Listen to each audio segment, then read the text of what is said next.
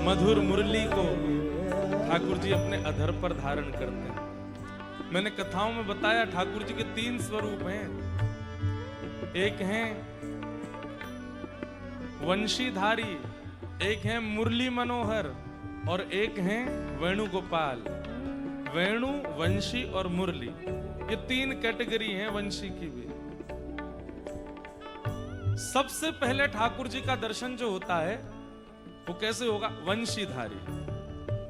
वंशीधारी कैसे होंगे कि भुजाएं जो हैं वो मुखमंडल से थोड़ी नीचे हैं और वंशी यहां धारण की है और नीचे ठाकुर जी की वेणु आ रही है, वंशी आ रही है।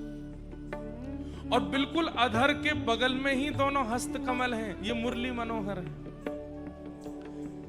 बंधुओं, एक बात आपको बताऊं, आप आकलन मत करना कि अच्छा बिहारी जी की तो यहाँ है, राधारमण जी की यहाँ है, राधा वल्लभ जी की यहाँ है। नहीं, आपकी जैसी भावना होगी, भुजा उतनी ऊपर नीचे होगी, ये अनुभव आपको हो जाएगा।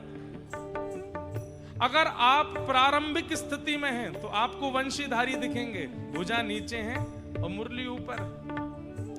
आप मध्य भक्ति की स्थिति में आ जाओगे तो भुजा बिल्कुल मुखमंडल के बगल में है। और जब आप भक्ति प्रेम की चरम स्थिति में आ जाओगे तो जो ठाकुर जी का मुख बाम, मुख दाहिनी ओर झुका रहता है, वो मुख भी आपको बाम ओर दिखेगा और वंशी जो है वो मुरली बन जाएगी, वेणु बन जाएगी, ऊपर की ओर और बन जाएंगे वेणुगोपाल।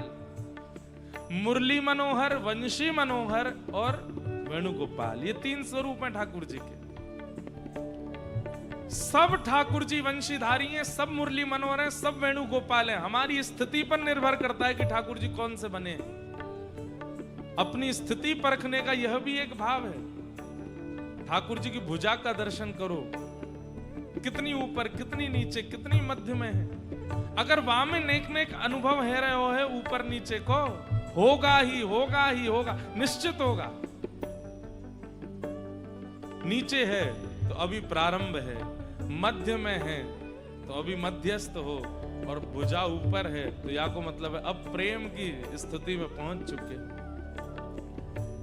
वंशी संकेत कराती है कि आप किस स्थिति में हैं। जब किसी को रिझाना होता है तो ऐसे वंशी बजाई जाती है, जब अपने सामने बैठे होते हैं तो ऐसे बजाते हैं, और जब श्री प्रिया जी ठाकुर जी के आगे आ जाती हैं, ठाकुर जी बिल्कुल ऐसे है जाए और ऐसे करके फिर बजाते हैं, बिल्कुल डूब करके बजावे।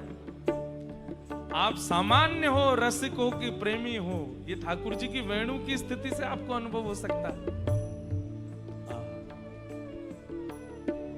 हो सा